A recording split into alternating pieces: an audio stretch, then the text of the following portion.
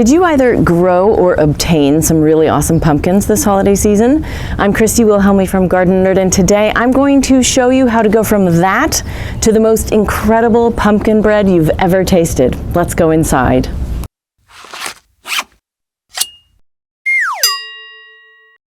Let's start with what you need to make this most delicious pumpkin bread ever. You can start, of course, with canned pumpkin. Not gonna cheat you for that. But if you have pumpkins are lying around, you can turn this beautiful pumpkin into this beautiful puree. This is 3 cups of pumpkin puree. This pumpkin, one this size, made 10 cups. And I am going to cheat here by giving you the instructions in the description below, my step-by-step blog post, which will tell you how to make your own pumpkin puree, which is way better than the stuff you buy in the store, by the way. I don't know if you know this, but pumpkin puree that you buy, canned pumpkin, isn't really pumpkin, it's butternut squash. It's not a big deal, it's a winter squash, it tends to be a little bit sweeter. This particular variety, Marina di Chioggia, is also very sweet, so it makes a fantastic pumpkin puree, if you can get your hands on one. But whatever you grew, if you grew it, that's fine too. We put 3 cups of pumpkin puree in here. The rest went into the freezer for making this recipe again later on. In addition to that, you're going to need the following. You're going to need 5 cups of flour. We used organic all-purpose flour. 4.5 cups of sugar, and we use cane sugar that's organic, and it sounds like a lot of sugar, but it's actually, remember, this recipe makes 3 loaves, so it's being spread out between all of that. Continuing on with our dry ingredients, we have 3/4 of a teaspoon of baking powder and 3 teaspoons of baking soda. Going on to our spices, there's cinnamon, clove, nutmeg, and salt in this. Now, in this household, we do not like nutmeg, so we don't use it, but you can if you like. Also, a note about the cloves. The recipe calls for 1.5 teaspoons of cloves. I find cloves to be very overpowering, and it throws the balance of spices out of balance for me. So I typically, in all of the recipes I follow, cut the amount of cloves in half, and then that's perfect.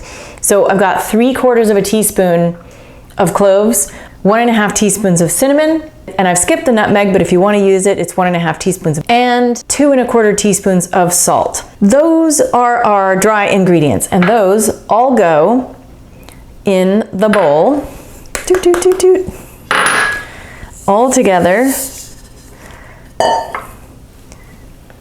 like that. So, next we move on to our wet ingredients. 6 eggs, which these are from our hens, but of course you can buy them, unscrambled, so you just want to leave them unmixed. We're using our 3 cups of pumpkin puree.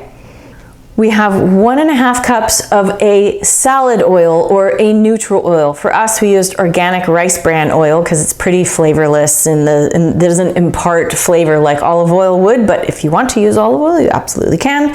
And 1.5 cups of water. All right, before we get to mixing all of this together, you want to preheat your oven to 325 degrees, but if you're cooking with convection, that's 300. And prepare 3 loaf pans like this over here. These have been oiled and floured, so they're ready to receive the batter when we are done mixing it. Now it's time to mix everything together and pour it into the pans. I'm just gonna mix my dry ingredients together. I've got all of the flour and sugar and spices and baking powder and baking soda and salt in here. And once this is mixed in, we're gonna be adding the wet ingredients to this. You absolutely can use a mixer for this. I'm gonna add my wet ingredients and just do this by hand to show you that it is that simple if you want to use it. So that goes our oil, our water, our unbeaten eggs, and last but not least, our pumpkin puree. And it's so vibrant and beautiful. Okay, now we mix.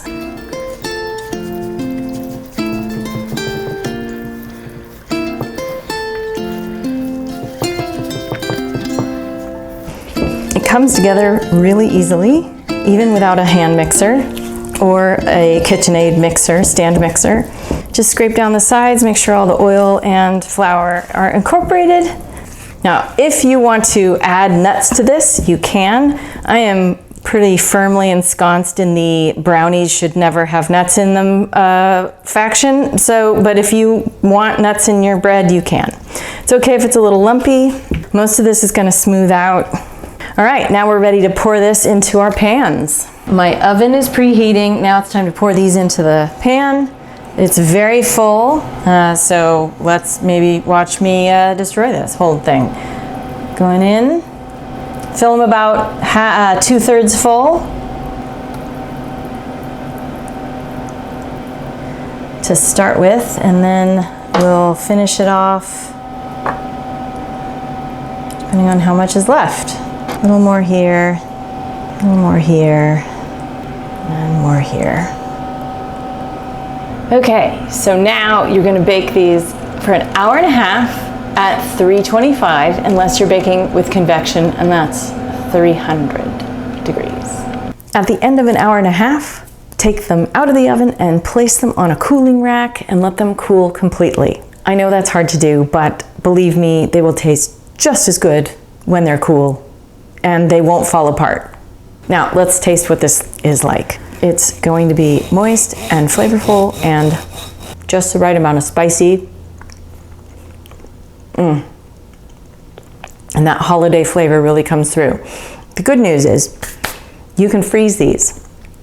So keep one out, freeze the other two, bring them out and defrost them overnight in the fridge, and then warm them up in the oven if you want to on the day of, say, Thanksgiving or any old time. So there you have it, pumpkin bread made from homemade pumpkin puree or store-bought, no shame there.